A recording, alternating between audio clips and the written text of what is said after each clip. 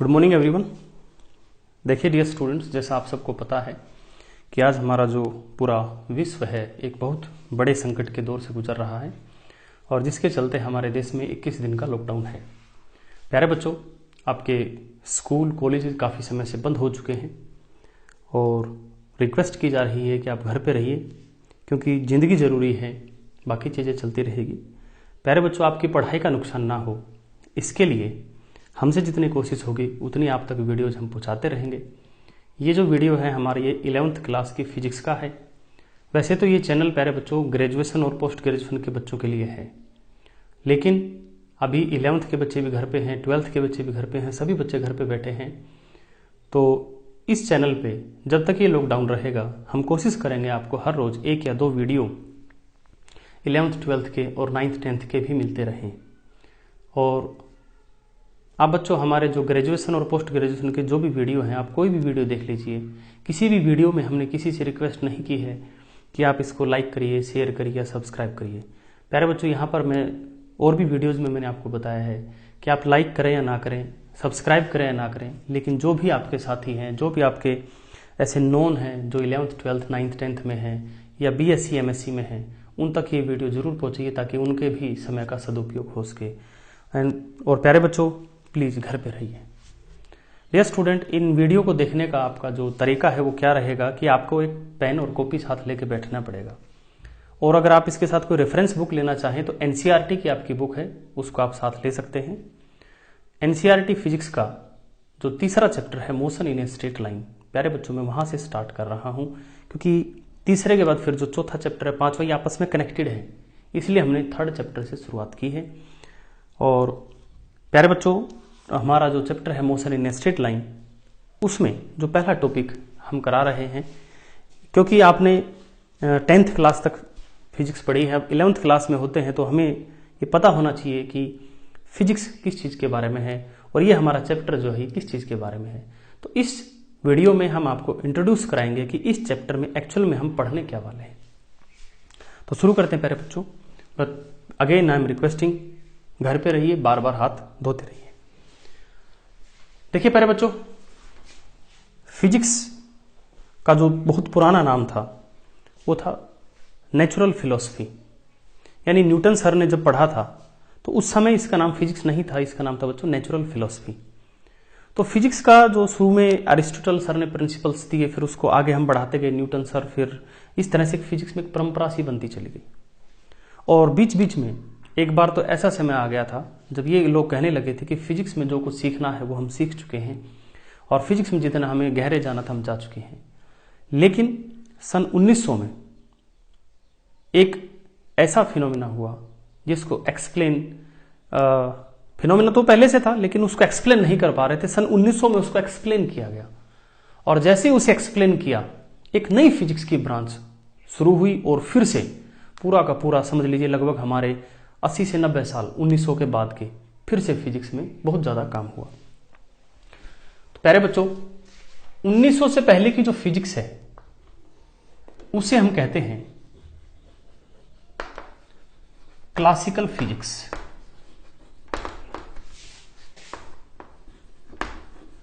Before 1900।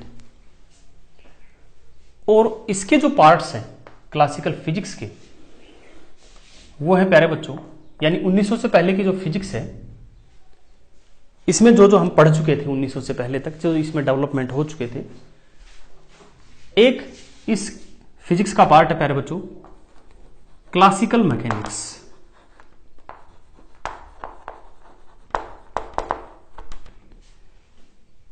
प्यारे बच्चों, classical mechanics में हम पढ़ते हैं मोशन के बारे में, गति के बारे में।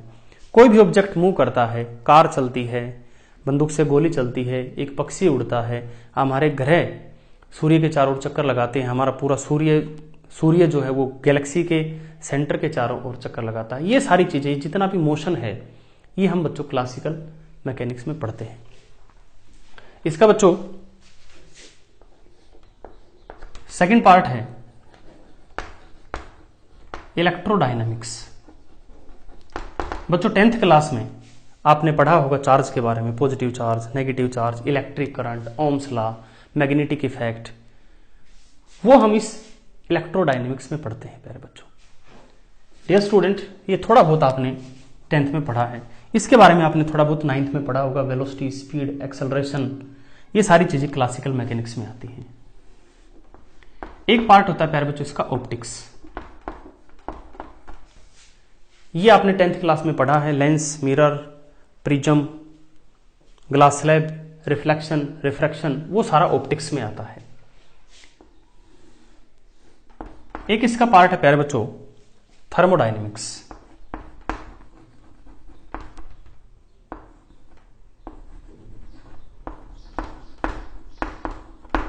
आप थर्मोडायनेमिक्स में आपने पढ़ा है हीट, टेम्परेचर, और केमिस्ट्री में भी थोड़ा बहुत शायद इसका आपने पढ़ा होगा। तो ये सारा का सारा रिलेटेड है हीट से, टेम्परेचर से, इंटरनल एनर्जी से, इंथैल्पी से। ये आपने इतना ज्यादा नहीं पढ़ा, लेकिन थोड़ा बहुत ही आपने इसको पढ़ा है। डियर स्टूडेंट, ये हमने बात की सन 1900 से पहले की फिजिक्स की। 1900 से बाद की जो फिजिक्स है, जिसको हम कहते हैं प्यारे बच्चों मॉडर्न फिजिक्स।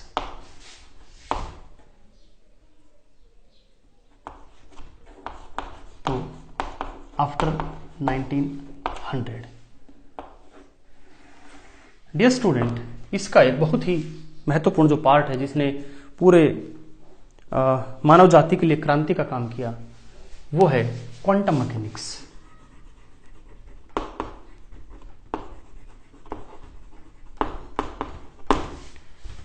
इसके बारे में आप थोड़ा सा पढ़ चुके हैं और थोड़ा सा ही +2 में पढ़ेंगे।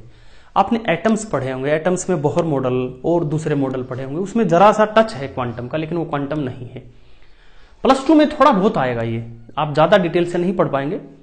और +1 की केमिस्ट्री में भी थोड़ा सा इसकी चर्चा आएगी, जहां वेव फंक्शन नाम का एक कंसेप्ट आएगा। तो ये आपने इसका जो मेन पार्ट है वो आपने ग्रेजुएशन और पोस्ट ग्रेजुएशन में ही पढ़ना है। 12th में जरा सा इसका पढ़ेंगे। अगला इसका पार्ट है प्यारे बच्चों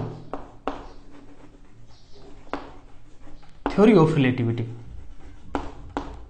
ये पूरा का पूरा आप ग्रेजुएशन और पोस्ट ग्रेजुएशन में ही पढ़ेंगे, आपने इसको बिल्कुल नहीं पढ़ा है। लेकिन आपने प्यारे बच्चों ये इक्वेशन जरूर पढ़ी होगी, E = mc²। ये थ्योरी ऑफ रिलेटिविटी से ही आता है। इसमें बच्चों अगली हमारी स्टडी है मॉडर्न फिजिक्स में न्यूक्लियर एंड पार्टिकल फिजिक्स। इसके बारे में बस आपने सुना है, जैसे एटॉमिक न्यूक्लियस आपने बस ये सुना होगा। बाकी 12th क्लास में एक चैप्टर है पूरा हमारा इसके ऊपर, लेकिन वो भी हमने कहा जस्ट इसको टच करेगा। It is not about nuclear and particle. Particle physics तो आप जाके प्योरली पोस्ट ग्रेजुएशन में ही पढ़ेंगे, because it's advance part of our physics. फिर आता है प्यारे बच्चों हमारा इसमें कंडेंस्ड मैटर फिजिक्स। ये बच्चों आप फिजिक्स में 11th 12th कोई सी में भी नहीं पढ़ेंगे। ये आपने केमिस्ट्री में हल्का सा शायद 11th या 12th में है, सॉलिड स्टेट केमिस्ट्री के नाम से, वो इसका एक पार्ट है थोड़ा सा। तो ये आपके केमिस्ट्री में आएगा थोड़ा सा।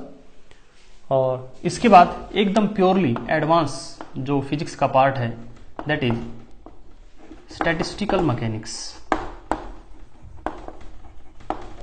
हम ये कह सकते हैं कि फिजिक्स के जो सबसे मुश्किल जो पार्ट है वो एक तो ये है और एक ये है। डियर स्टूडेंट, ये आप ग्रेजुएशन और पोस्ट ग्रेजुएशन में पढ़ेंगे।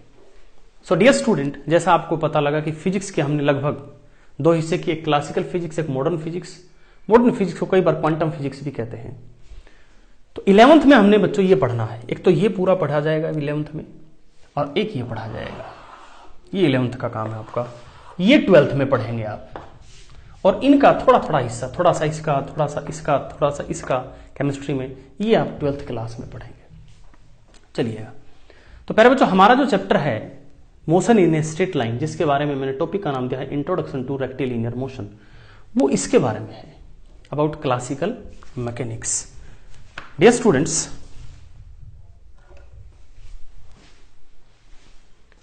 अब अगर हम क्लासिकल मैकेनिक्स की बात करें, इसका पुराना नाम प्यारे बच्चों एनालिटिकल मैकेनिक्स भी था। कई सालों तक इसको एनालिटिकल मैकेनिक्स कहा गया, लेकिन अब क्लासिकल मैकेनिक्स ही ज्यादा प्रचलन में है। तो क्लासिकल मैकेनिक्स है बच्चों स्टडी ऑफ मोशन, यानी कोई भी चीज जो मूविंग है उसकी जो स्टडी है उसे हम क्लासिकल मैकेनिक्स कहते हैं। और प्यारे बच्चों क्लासिकल मैकेनिक्स को हम ब्रॉडली दो भागों में डिवाइड करते हैं। एक है हमारा काइनेमेटिक्स और दूसरा है हमारा डायनामिक्स। इन दोनों में क्या डिफरेंस है? देखिए डियर स्टूडेंट, हालांकि काइनेमेटिक्स और डायनेमिक्स दोनों में ही हम स्टडी करेंगे अबाउट मोशन, क्योंकि क्लासिकल मैकेनिक्स का पार्ट है तो मोशन के बारे में ही स्टडी करेंगे। लेकिन काइनेमेटिक्स में हम इस चीज को स्टडी नहीं करेंगे कि मोशन का कारण क्या है, किस कारण से मोशन हुआ, उसको हम इग्नोर करेंगे। इसमें हम मोशन के कारण को भी स्टडी करेंगे। आप इसको ऐसे समझिए, मान लीजिए जैसे कोई समारोह स्थल है, उसमें कोई फंक्शन है, आपको भूख लगी, आप जा रहे हैं, आपने सोचा चलो आज हर रोज घर का तो खाती हैं, आज खा लेते। आप सीधे समारोह स्थल में गए, वहां अच्छे अच्छे पकवान थे, अच्छे अच्छे आपने खाया और बड़ा आनंद आया। आपका निमंत्रण भी नहीं था, आपको पता भी नहीं है और आपने पता करने की कोशिश भी नहीं की, क्योंकि आपका पर्पज है कि क्या, जाओ खाओ और अपने घर चलो। यानी ये किसी की शादी का फंक्शन है, किसी के लगन का फंक्शन है, किसी के कुआं पूजन का फंक्शन है, उससे हमें कोई मतलब नहीं है। हमने क्या किया, गए खाए और आ गया। ये तो हो गया काइनेमेटिक्स, यानी मुझे सिर्फ किससे मतलब है, मोशन से। मोशन को स्टडी कर रहे हैं, किस कारण से हो रहा है, कौन उसको चला रहा है, कौन उसको रोक रहा है, कौन उसको मोड़ रहा है, we don't care, this is kinematics. और अगर हम उसके कारण में जाते हैं, मोशन को स्टडी करते हैं, साथ में उसके कारण पे भी जाते हैं कि गाड़ी तो चल रही है लेकिन इसको चला कौन रहा है, इंजन चला रहा है, फ्रिक्शन चला रहा है, मिसाइल है, उसको कौन चला रहा है। तो अगर हम उसके कारण में चले गए तो फिर हम उसको पढ़ेंगे इसमें डायनेमिक्स में।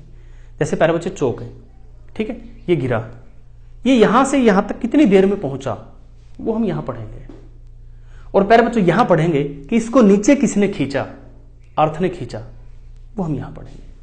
तो dear student, kinematics is a dear student study of motion without cause of motion, और dynamics is the study of motion with cause of motion. और प्यारे बच्चों आप ये पढ़ चुके हैं 9th क्लास में, ये भी पढ़ चुके हैं जो न्यूटन्स लॉज ऑफ मोशन आते हैं, वो डियर स्टूडेंट हम डायनेमिक्स में पढ़ते हैं कि फोर्स है, टॉर्क है, ये सारी चीजें प्यारे बच्चों हम डायनेमिक्स में पढ़ते हैं। और प्यारे बच्चों अब हम बात करते हैं किसकी, क्योंकि हमने पढ़ना है स्टडी ऑफ मोशन।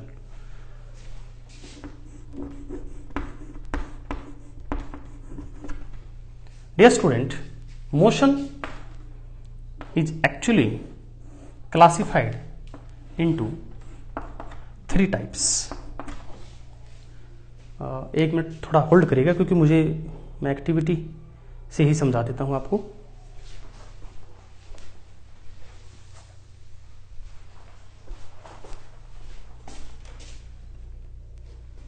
जी देखिएगा प्यारे बच्चों, मोशन को हम 3 भागों में बांटते हैं।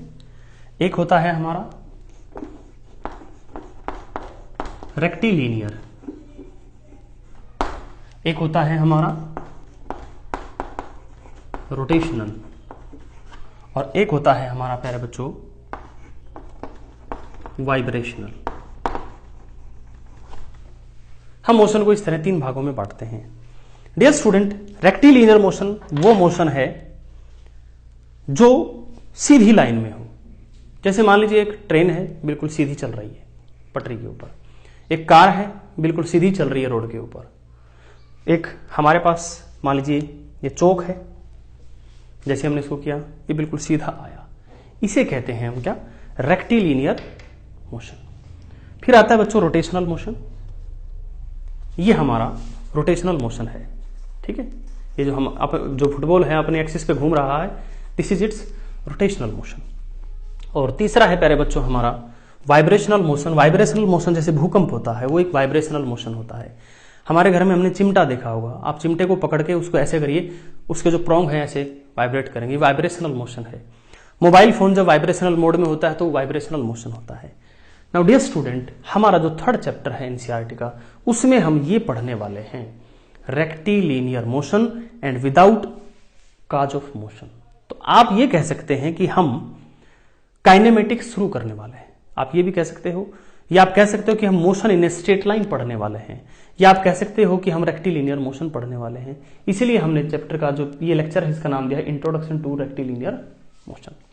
तो प्यारे बच्चों, अब आप देख लिए कि फिजिक्स एक कितना वास्ट सब्जेक्ट है, उसके जो 2 पार्ट हैं उनमें से फिर इसका ये पार्ट है, इसका फिर ये पार्ट है, इसमें फिर मोशन है, मोशन के 3 पार्ट, उस यानी अपन ने ये पढ़ना शुरू करना है।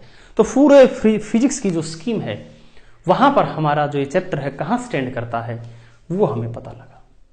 प्यारे बच्चों, आई होप आपको जो हमने कोशिश की है वो आपको समझ में आया होगा।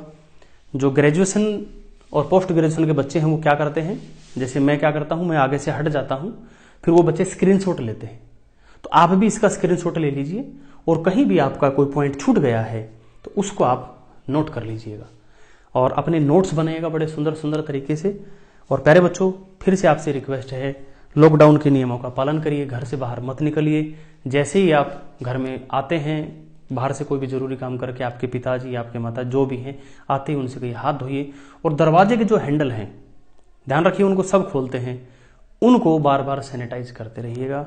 एंड आई होप जल्दी ही ये जो संकट है हमारे देश से चला जाएगा। थैंक यू प्यारे बच्चों।